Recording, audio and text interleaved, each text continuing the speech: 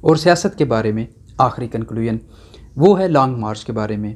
امید یہی ہے کہ یہ لانگ مارچ کرنے کی ضرورت پیش نہیں آئے گی. آج 16 مئی ہے، 3-4 دن کے بعد 20 مئی ہے، اور 20 مئی کے بعد کسی دن بھی خان صاحب نے یہ کہا ہوا ہے کہ وہ لانگ مارچ کی کال دے دیں گے. امید یہ ہے کہ لانگ مارچ کرنے کی ضرورت نہیں پڑے گی اور اس سے پہلے فریش الیکشنز کا اعلان ہو جائے گا. لیکن فرض کر لیتے ہیں ایسا نہیں ہوتا.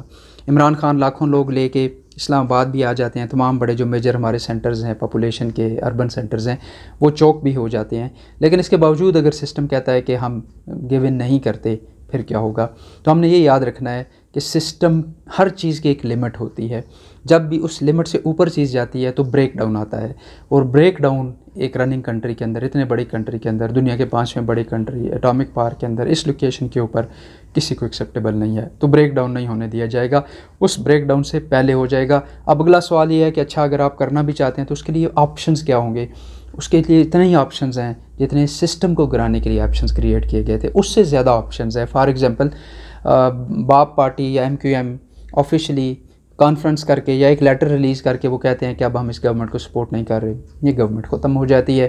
اگر جو سپریم کورٹ ہے، ہماری اعلیٰ عدلیہ ہے، ان کے ججز ہمیں پہلے بتا چکے ہیں کہ 24/7 ان کو کام کرنے کا شوق ہے، وہ ان کو کال کر لیا جاتا ہے، اور آپ کے جو ڈپٹی اسپیکر ہیں ان کی رولنگ وہاں پہ پڑی ہوئی ہے، آپ کے جو ایم این ایز کو ڈسکوالیفیکیشن والا ہے ان کی اپیل وہاں پہ پڑی ہوئی ہے، ان میں سے کسی کا بھی فیصلہ کر کے اور اس کو ہارس ریڈنگ قرار دے کے، یا سوری صاحب کی جو رولنگ تھی ڈپٹی اسپیکر صاحب کی، اس کو ویلیڈیٹ کر کے کہ ہاں کیونکہ اس کو پہلے دیکھا نہیں گیا تھا اب اس کو دیکھ لیا گیا ہے، تو اب اس کو دیکھنے کے بعد ہم یہ فیصلہ کرتے ہیں کہ that was a genuine ground جس کے اوپر آپ اس کو پوسٹ پون کر سکتے تھے.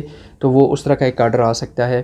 اس کے علاوہ آرڈر یہ آ سکتا ہے کہ جو ہمارے پریزیڈنٹ ہیں، وہ پی ٹی آئی کے پریزیڈنٹ ہیں، وہ کوئی نہ کوئی آئین کی شک استعمال کر کے تو اس سسٹم کو ریپ اپ کر سکتے ہیں. بعد میں جو کورٹ کی لڑائیاں وہ کورٹ میں ہوتی رہیں گی. اور جو سب سے آسان ہے وہ یہ ہے کہ اسٹیک ہولڈرز دوبارہ اس گورنمنٹ کے ساتھ بیٹھتے ہیں اور وہ ان کو سمجھانے میں یہ کامیاب ہو جاتے ہیں کہ اب آپ کا ٹائم ختم ہو گیا ہے، اب ہمارے پاس فریش الیکشنز کے علاوہ کوئی چارہ نہیں ہے. آپشنز بے شمار ہیں، ان میں سے جو بھی آپشن لیا جائے گا نتیجہ فریش الیکشنز ہیں. فریش الیکشنز میں اس قوم نے جانا ہے، اور اگر اس قوم نے اس ملک کو تبدیل کرنا ہے، اپنے بچوں کی جنریشن کو تبدیل کرنا ہے، تو پھر باہر نکلنا ہوگا. پہلے فریش الیکشنز لینے کے لیے، جب فریش الیکشنز مل جائیں تو پھر ووٹ والے دن ووٹ ڈالنے کے لیے. کیونکہ اگر عمران خان کو 2/3 میجارٹی نہیں ملے گی تو یہ اتنی بڑی جو ایفرٹ ہے، جو اتنا بڑا ایک موقع ہے، یہ ضائع ہو جائے گا. تو وہی بات جو بہت ساری اور ویڈیوز میں ہو چکی کہ کوئی بندہ گھر نہ رہے اور ایک پتا بھی نہ ٹوٹے.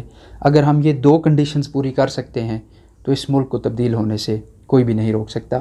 یہ واحد ملک ہے دنیا کے اوپر جو لا الہ الا اللہ کے نام پر بنا ہے، اور اللہ تعالیٰ اس کو اس کلمے جتنی عزت دے گا، اور اس کلمے کی نسبت جو اس ملک کے ساتھ اور اس ملک کے لوگوں کے ساتھ جڑی ہوئی ہے، اللہ اس کی ضرور عزت رکھے گا. تھوڑا سا سفر باقی ہے، بہت تھوڑی سی ایفرٹ اور کرنی ہے، اور اس شخص کے لیے شکریہ ادا کرنا ہے جو 70 سال کی عمر میں 17 سال کے لڑکے سے زیادہ انرجی کے ساتھ دن رات ایک کیا ہوا ہے اس نے ہمارے لیے.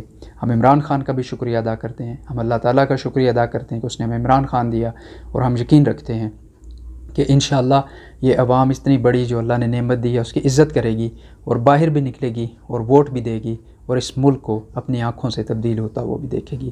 اللہ تعالیٰ سمجھ عطا فرمائے، آسانیاں عطا فرمائے، اور آسانیاں بانٹنے کی توفیق عطا فرمائے. آمین یا رب العالمین.